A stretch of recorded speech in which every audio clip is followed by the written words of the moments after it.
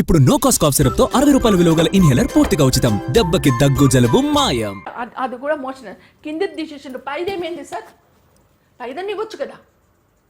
మొత్తం ఎట్లా తగల పెడతారు సార్ అంటే, అవును సార్ లేదు సార్, డస్ట్బిన్లో వేసినాం, తగల పెట్టేసినాం అంతే. ఇక్కడనే ఏమి మ్యానిపులేట్ అయింది? నారాయణ రెడ్డి సార్ని అడగండి సార్. మెడికో లీగల్ కింద డ్రెస్సును పడేయొచ్చా? ఇన్ని చెప్తున్నారు కదా, మెడికో లీగల్ కింద డ్రెస్ పడేయొచ్చా? కాల్చొచ్చా? ప్యాక్ చేసి పెట్టి ఫోరెన్సిక్ డిపార్ట్మెంట్ పంపాలి సార్, ప్యాక్ చేయాలి. ఏది మళ్ళా ఎక్కడుంది డ్రెస్సు? సాక్ష్యాలు ఉంటాయి డ్రెస్సులోనే.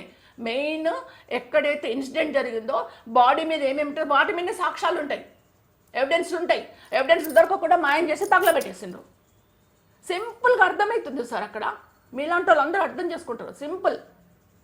ఇంక నాకు ఎక్కడ ఎవిడెన్స్ దొరుకుతుంది? ఎక్కడ సాక్ష్యాలు దొరుకుతాయి?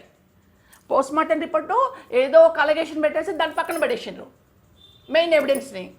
ఇంకో రెండో ఎవిడెన్స్ బట్టలు, అది తగలబెట్టేసినామంటున్నారు.